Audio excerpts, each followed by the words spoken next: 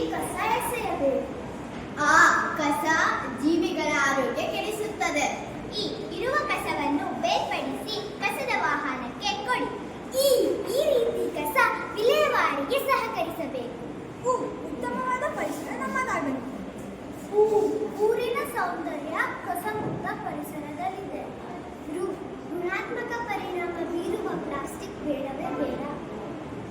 ಎಲ್ಲೆಡೆ ಸ್ವಚ್ಛತೆಯನ್ನು ಮೂಡಿಸೋಣ. ಏರುತ್ತಿರುವ ಮಾಲಿನ್ಯ ತಡೆಯಲು ಕಸಕ್ಕೆ ಬೆಂಕಿ ಹಾಕದಿರೋಣ. ಐಶ್ವರ್ಯಕ್ಕಿಂತಲೂ ಮಿಗಿಲು ಸ್ವಚ್ಛತೆ ಮತ್ತು ಆರೋಗ್ಯ. ಒಂದು ಹೆಜ್ಜೆ ಸ್ವಚ್ಛತೆಯ ಕಡೆಗೆ. ಓದು ಬರಹದಷ್ಟೇ ಸ್ವಚ್ಛತೆಯು